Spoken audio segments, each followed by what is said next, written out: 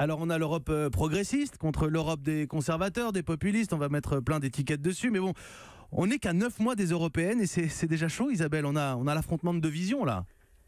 Ouais, c'est vrai que le ton monte, mais faut pas être dupe, hein. C'est exactement ce que veulent Macron et Orban. C'est presque une stratégie. Ils s'en frottent les mains, en fait, parce que ça les arrange politiquement tous les deux. Tous les deux, ils veulent apparaître comme le chef d'un camp. Ils le veulent, cet affrontement binaire. Ça fait un face-à-face pour les élections européennes. Viktor Orban, parce que ça donne au Premier ministre de la Hongrie, un pays quand même de moins de 10 millions d'habitants seulement, une sacrée stature dans l'Union européenne. Ça fait de lui le chef de file de tous les adversaires de l'Europe telle qu'elle existe aujourd'hui.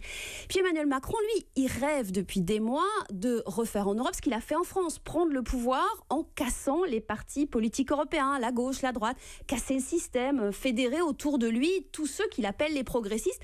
C'est sa stratégie pour les européennes. Il veut créer une sorte de mouvement, l'Europe en marche, autour de lui. Alors le fait que Orban, Salvini l'identifie comme l'adversaire, lui, plutôt que Merkel, par exemple, ça apporte du poids à cette stratégie.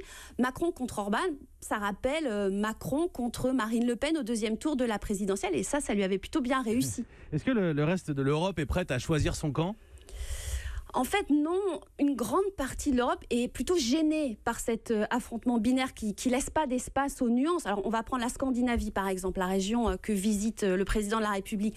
Les Danois, les Finlandais, ils sont pour l'Europe, mais pas pour une Europe trop fédérale à leurs yeux, celle que défend Emmanuel Macron, par exemple. Ils ne sont pas d'accord avec sa vision de la réforme de la zone euro et ils n'ont pas du tout envie d'être entraînés dans sa croisade. Et puis, alors, ceux qui ne sont pas aux anges non plus du tout, ce sont les partis politiques européens. Ils n'ont pas envie de disparaître. Ils ne veulent pas d'une campagne des européennes autour de ce match Macron-Orban, pour ou contre l'Europe.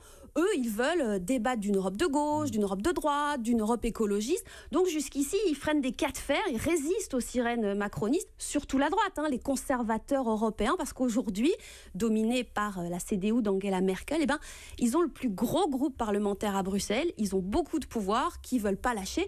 Donc cette scénarisation qui se dessine autour d'Orban et du président français, elle ne fait pas que des euros. Merci Isabelle Horry, en direct de Bruxelles ce soir.